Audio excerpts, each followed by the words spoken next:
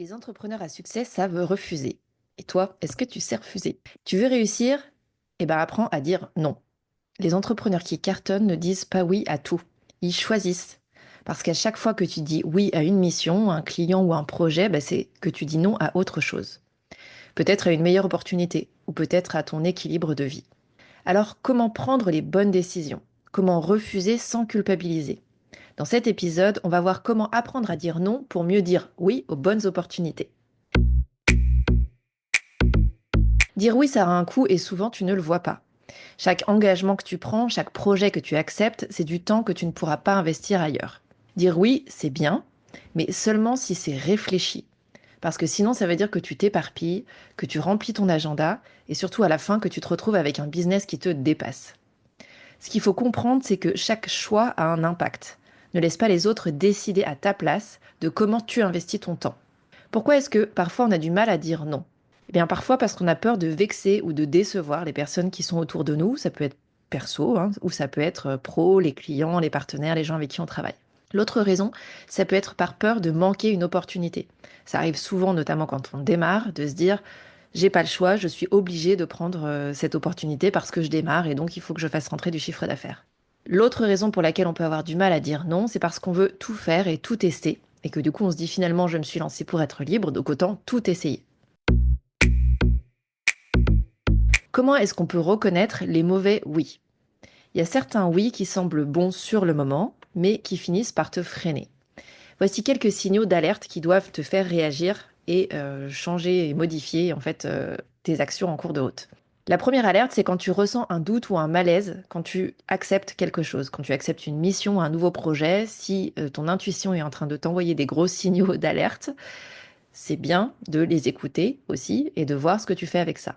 L'autre signal d'alerte potentiel, c'est que tu n'es pas aligné avec ta stratégie ou tes valeurs.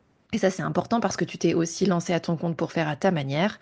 Donc, si tu sens qu'il y a quelque chose qui grince, entre guillemets, par rapport à ça, c'est important de l'écouter et de voir comment est-ce que tu peux rediriger. Autre signal, c'est que tu acceptes par peur de manquer de travail, pas forcément par conviction. Et enfin, dernier signal, tu sais déjà que la mission, elle sera chronophage ou épuisante, mais tu y vas quand même.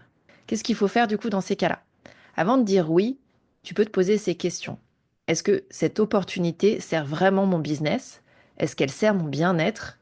Et quelque part, est-ce qu'elle est alignée avec ce que j'ai envie de faire, avec mes objectifs et avec la manière dont j'ai envie de travailler? Quand moi j'ai démarré mon activité, j'ai été contactée par une personne que j'avais croisée dans mon ancienne vie.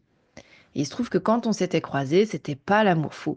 Mais bon, je démarrais, donc je me dis, ok, je peux pas refuser des missions. Bref, je suis sûre que tu connais tout à fait cette situation. Donc la personne me contacte pour me dire que ce serait bien qu'on parle parce que potentiellement elle a une mission pour moi. Déjà, on galère pour trouver une date. En gros, je lui dis que je suis dispo toute la semaine prochaine sauf mercredi. Et bien évidemment, il me propose des horaires sur le mercredi. Donc bref, je me dis ok, je suis en démarrage, je m'adapte. Je me connecte à l'heure prévue et là, personne ne se pointe. J'attends, j'attends encore. Il me fera finalement un message 2 heures plus tard en me disant je suis disponible maintenant et il se trouve que 2 heures plus tard, il était plus de 19 heures. J'ai refusé. J'ai proposé d'autres dates sur d'autres jours et j'ai eu un silence radio total. Sur le moment, je l'ai pas hyper bien pris, mais après coup, je sais que c'était un mal pour un bien parce que si juste pour prendre rendez-vous déjà, on n'arrivait pas à se mettre d'accord, j'imagine pas la teneur de la mission en fait. Quand on allait travailler ensemble, ça allait être sans doute très compliqué.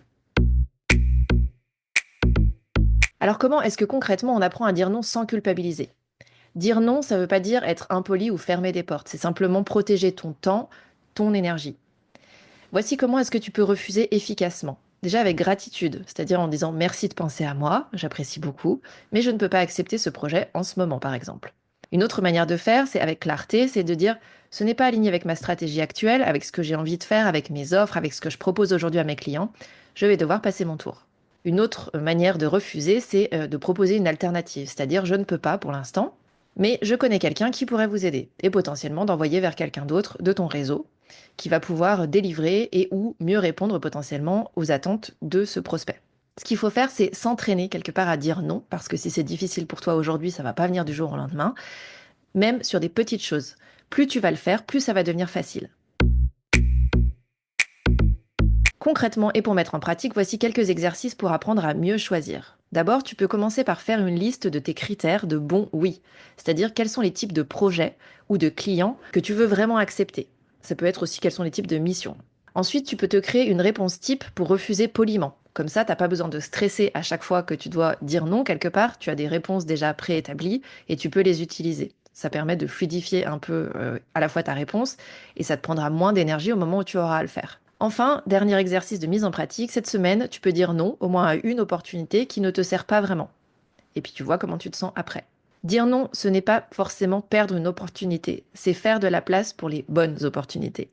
Les entrepreneurs à succès savent choisir où mettre leur énergie. Et toi, à quoi est-ce que tu veux dire oui désormais? Dis-moi en commentaire quelle est la dernière fois où tu as dit non à un projet et est-ce que tu le regrettes? Abonne-toi pour ne pas manquer le prochain épisode.